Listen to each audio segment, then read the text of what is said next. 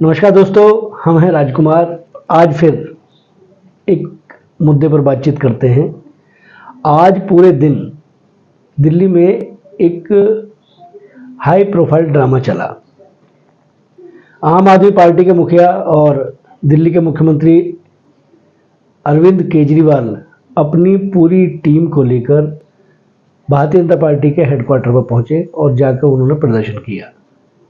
उसमें उनके सारे विधायक, उसके अलावा जितने पार्षद थे, पार्षदों के साथ साथ वो सब लोग भी थे जो लोग कहीं ना कहीं आम आदमी पार्टी के इस मिशन से जुड़े थे और उन्हें ऐसा लगा कि हिंदुस्तान में एक राजनीति बदली भी।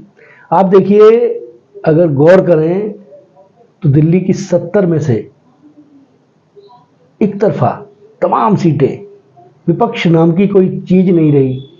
केवल तीन विपक्षी विधायक, इतना प्रचंड बहुमत।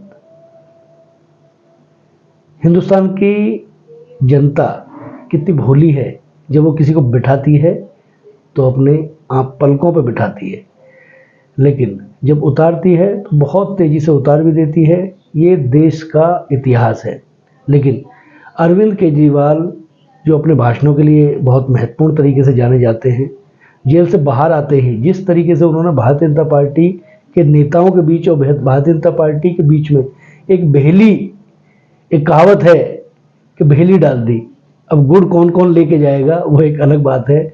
उन्होंने तमाम भारतीय जनता पार्टी के उन नेताओं को एक लाइन में लगाकर उनसे उनकी सिंपैथी बटोरने का प्रयास किया और हिंदुस्तान की राजनीति में अपने तरीके से एक चीज़ों को बहुत बेहतर तरीके से रखने वाले नेता के तौर पे अपने आप को स्थापित किया। इसमें उत्तर प्रदेश के मुख्यमंत्री योगी आदित्यनाथ भी लपेटे में आए।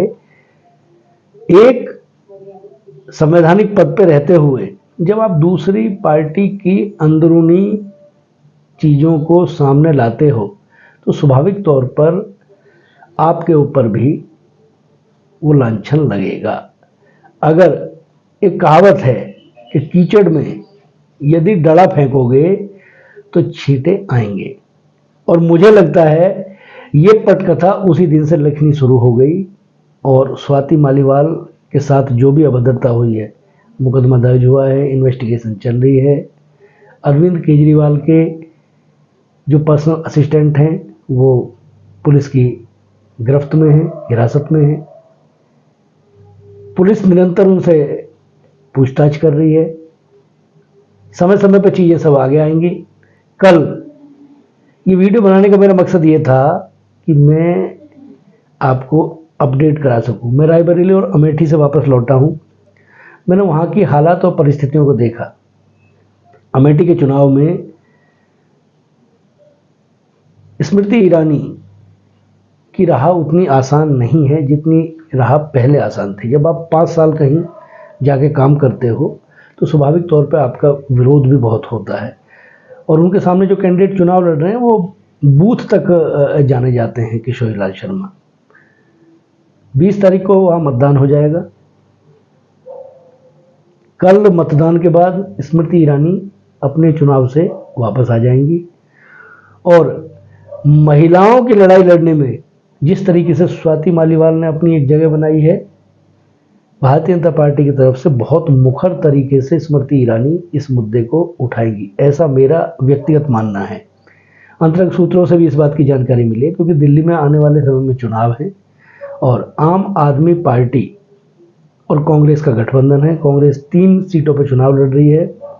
उसके अलावा तमाम जितनी 4 सीटें हैं, उन 4 सीटों पे आम आदमी पार्टी चुनाव लड़ रही है। तो चुनाव को रोचक बनाना है, वो भी एक मकसद है। और उसके अलावा स्वाति मालीवाल की बात को सही तरीके से, सही लहजे में उग्र होकर भारतीय जनता पार्टी इसको रखने का प्रयास करेगी। इस वीडियो में इतना ही।